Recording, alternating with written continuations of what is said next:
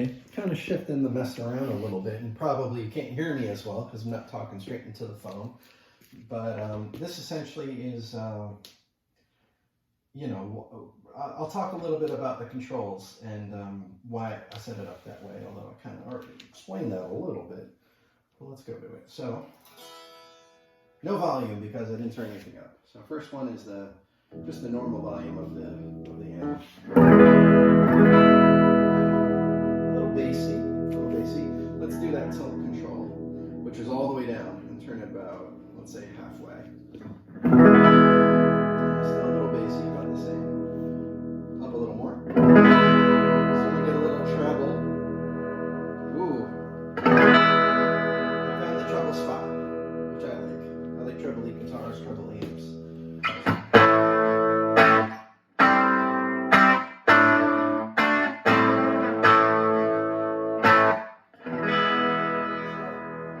Distorting pretty well already, and that's just, but it's still pretty clean. You know, I wouldn't call that necessarily a crunch sound or anything like that.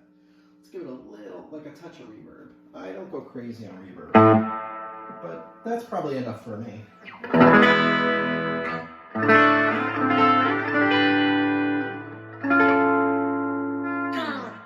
Ooh, foreboding. The next thing that we can play with is on that Cascode circuit itself. I had something where I can adjust the bias, but because that top of that circuit, that top of that triode is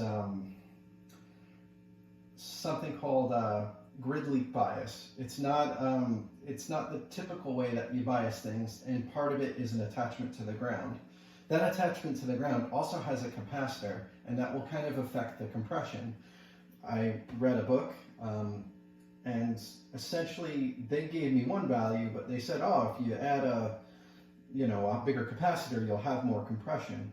So basically, I set up that normal capacitor, so it's already attached to ground and giving the normal compression, and then I hooked a capacitor up to a pot, so I can roll in the more and more capacitance. I'm not sure if it's like an all or nothing thing, or if it's the type of thing where I'm not sure how gradual it is. I guess that's what I should say. But it does seem to make some difference, especially at high volume and when it's when you're trying to get really like bluesy awesome. So let's turn it up and see at full volume what it sounds like. Probably blowing the speakers out. Ooh, that's awful noisy too. Whoop, single coils.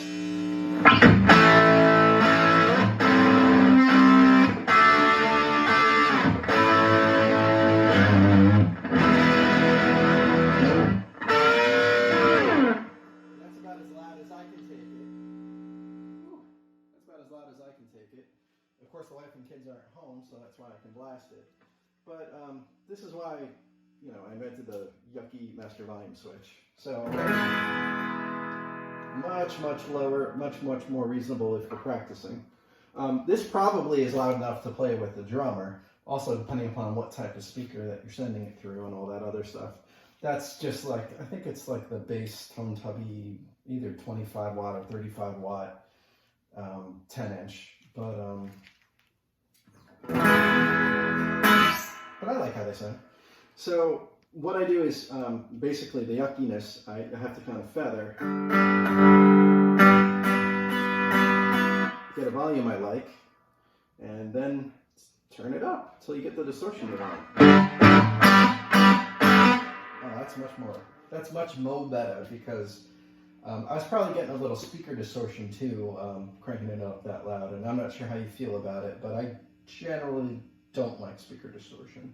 I know, well, I do in some instances. There's a lot of great classic rock songs that have it, but I tend to think that like a heavier speaker, a higher wattage speaker sounds probably better. I flip-flop on this every couple months, so don't listen to me. Right, anyway, so...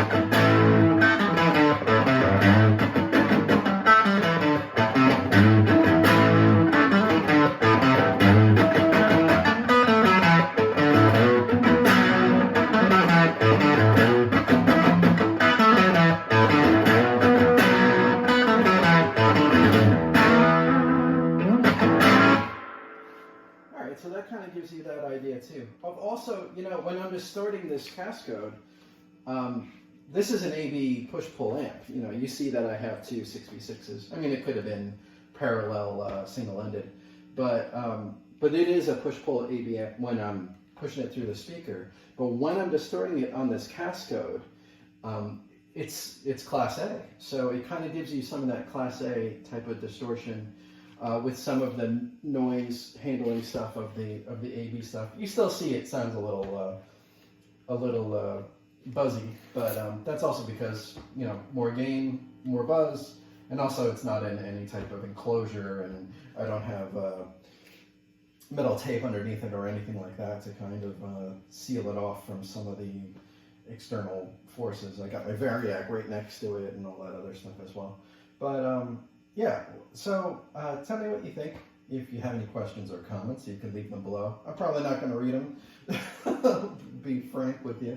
I have more videos than I do subscribers, so you know, no worries there though.